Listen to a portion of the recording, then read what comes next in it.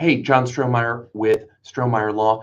We just got a major update from FinCEN. FinCEN has announced it will not be issuing fines or other penalties for missed BOI filing deadlines. Now, we still have this March 21st, 2025 deadline. Here's what you need to know. Now, remember, as always, while I am a lawyer, I'm not your lawyer, so don't take the advice of some talking head on the internet when you should be working with your own advisors about your specific circumstances. And so what this really gets at, are potential avoidable costs. FinCEN is pausing potentially enforcement, but we want to take a look at all of this. If your business has been out there, it's probably still a good time to get into compliance to avoid penalties, even though they're saying they're not going to enforce them, at least for now.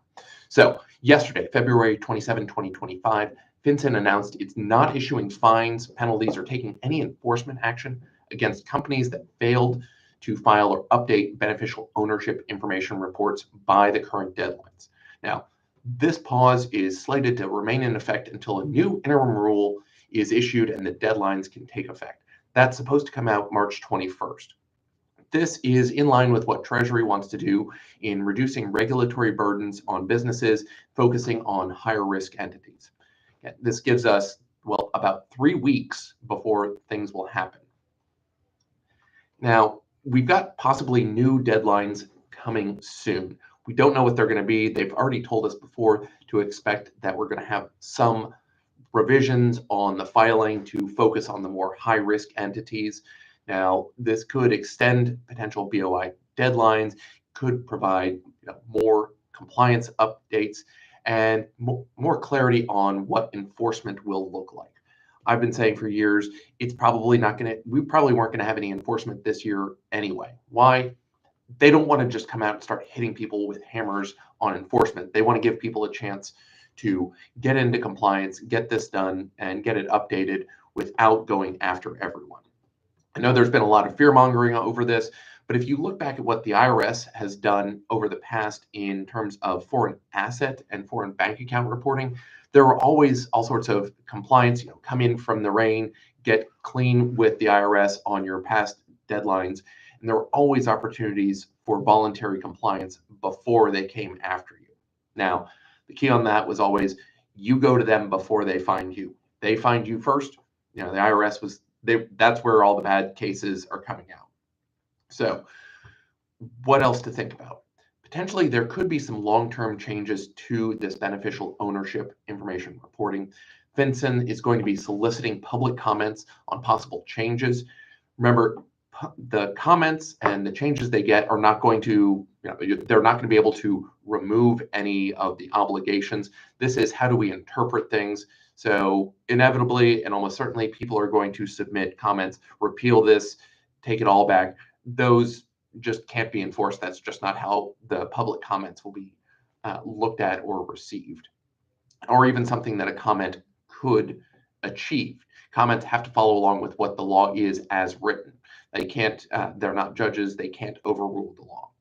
So expect that notice of proposed rulemaking later this year to think about minimizing compliance burdens on smaller businesses, what modifications to deadlines there may be, and even making sure that BOI reporting remains useful for its intended purpose. Again, national security and law enforcement.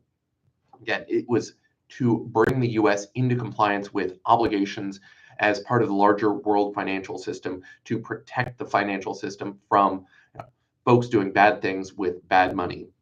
Now, what does this mean right now? Again, if you were preparing to submit by March 21st, honestly, I'd tell you to just go ahead and get it done so it's off. The fact that there's a pause on enforcement, I would still have you just go ahead and get done. The things that are out there, the potential change, yes, there was a bill, HR 736, which would have extended the deadlines. Yes, it passed out of the House. The thing to remember, this was not repealing CTA.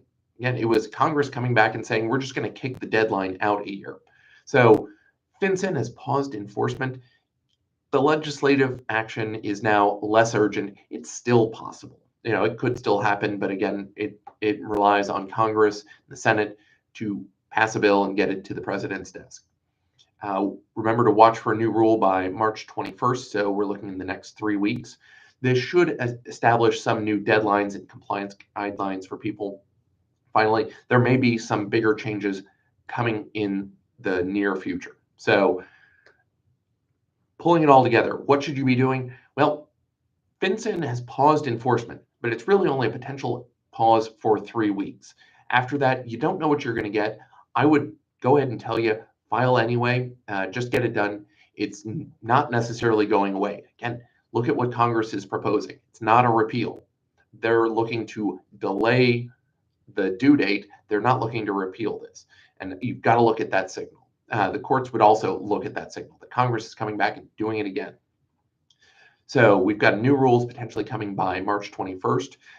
Remember to keep paying attention. Thanks for watching. We'll see you next time. If you've got questions that we can answer in a general nature about what's going on with FinCEN, we'd love to answer them. If you're asking for specific guidance, unfortunately, we can't give you any of that here on the channel. But thanks so much for watching. We'll see you next time.